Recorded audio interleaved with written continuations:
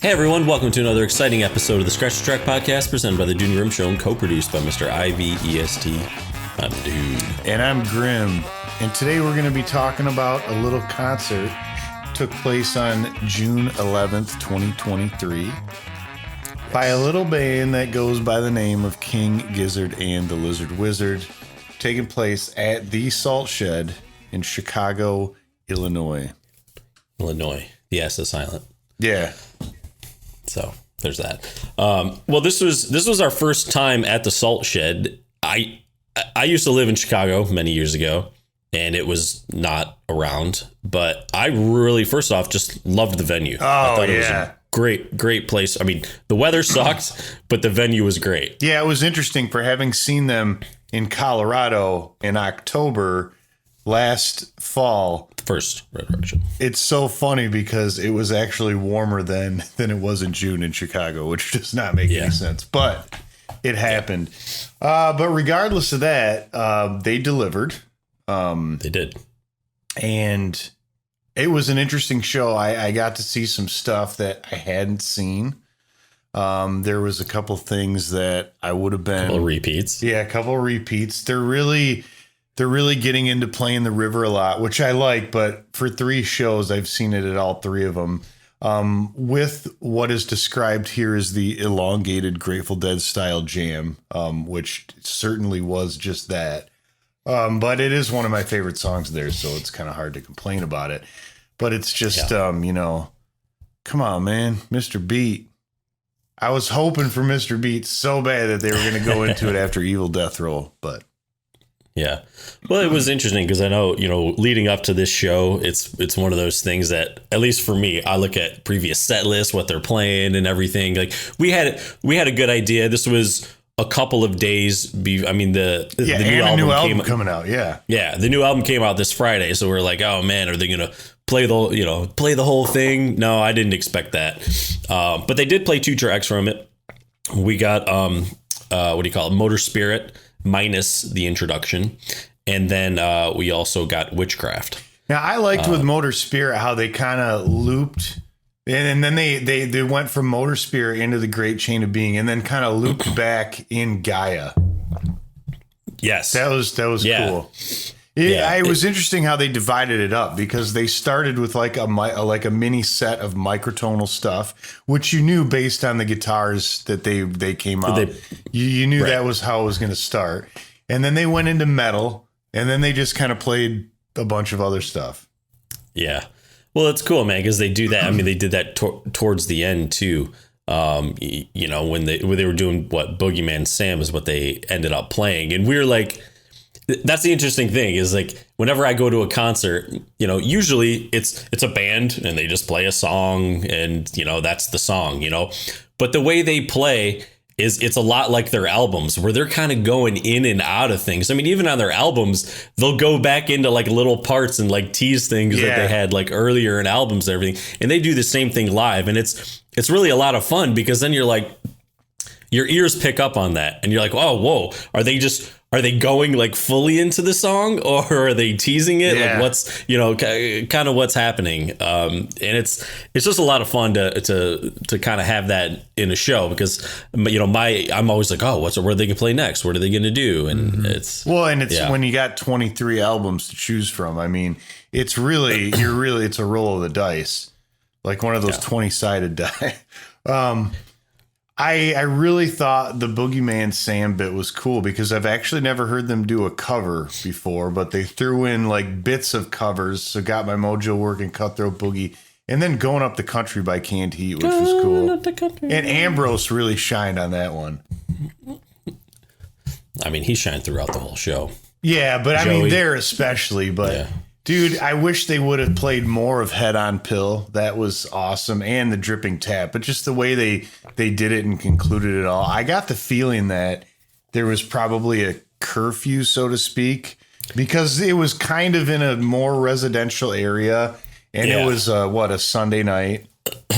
Yes, it was a Sunday night. I imagine they had to be done there at 10, yeah. which was interesting because we had the opener go on. I forget what time. Really and early. Then, yeah. And then I had looked though at some other set lists and like what time King Gizzard had been going on. I'm like, man, either the opener's going to play really like an extended set, or we're going to have a huge gap in between the opener and when they start. But then all of a sudden they got done, and the opener got done, and it must have been like maybe 20 minutes, if that. And they just came on. There was they just kind of casually walked on, and of course everybody went nuts. Well, and it was cool too because I was like, man, because it was cold, it was rainy. And, that doesn't mean I wasn't excited and that wasn't help keep me warm. But I was like, man, if I got to kind of like stand out here for another like hour or two before they start, like, so I felt like they were kind of also doing people a favor. Like, yeah, let's get this show going. Yep. But one thing also with the show is at the Salt Shed, just if people are going to go there, or I imagine they'll play there again, they have an outdoor and an indoor space. Initially, when we got tickets, it was supposed to be indoor, and the indoor space looked huge. Like it did look really, really, really big. So, but then they decided is awesome.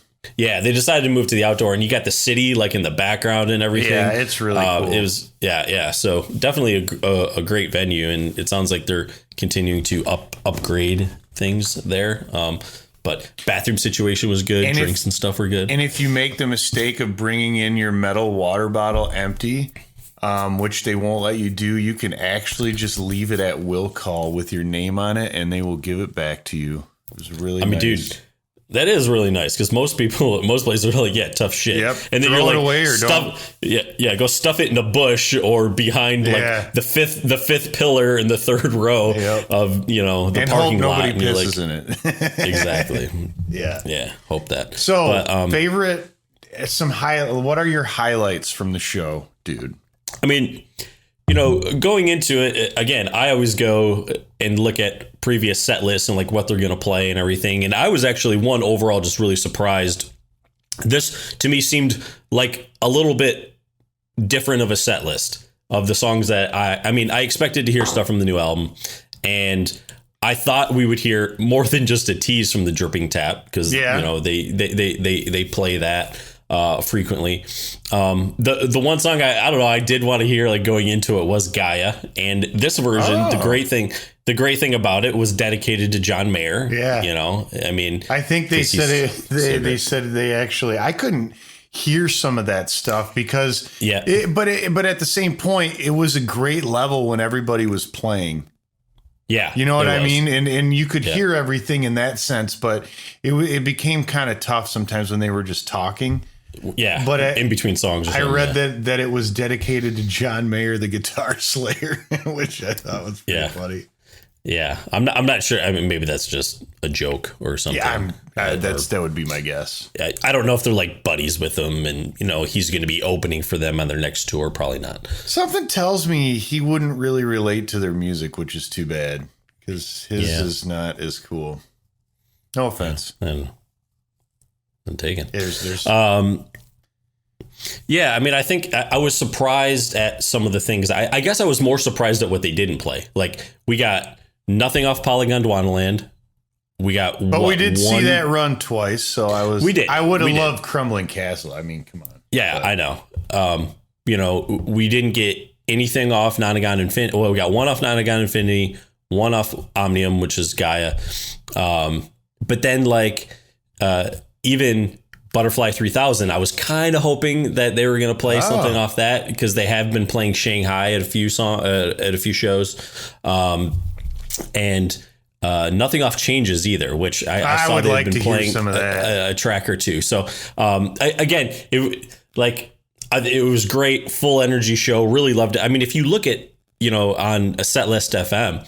Everything. I mean, they cover a lot of albums. Oh, yeah. We got stuff. Fishing for Fishies, Microtonal, Banana, Gumboat Soup, I'm in Your Mind Fuzz, like Ice Death. Like, they cover a whole variety of albums and everything. Yeah. So like, they run the gamut. They do. Yeah. But what about you, Trim? Did anything stand out? I liked how they called up an audience member to have him sing the nuclear fusion. That was just cool that they did that. Yeah. And I really like that song too. It was weird when they were doing it though, because I was like, wait, what's going on? What's going on here? But I thought that was cool. Like, dude, that's going to make that guy's freaking night for sure. Yeah. Satan Speeds Up was cool because I didn't expect to hear that one. Of course, dude, Trapdoor. I could hear Trapdoor every time. And this version was a little heavier. Because the album that it's on, it is the whole bit is it's mainly acoustic. I felt like this whole show was really heavy. Yeah. Yeah. But anyways, it was a really good show. Magma was good. Yeah, I actually like Magma more than Lava. And I remember, I think in maybe both of the other shows, they did a really long extended jam of Lava, but I prefer Magma myself. Yes. And of course, dude, the ending was great, but I would go again. I have a hard time. It's like, you're not going to have a bad time at the show. It's awesome. No. Yeah. Well, and I think one thing too is, so they didn't do like any sort of an encore or anything. No, like I don't that. think they could, because they ended at like 10 to 10.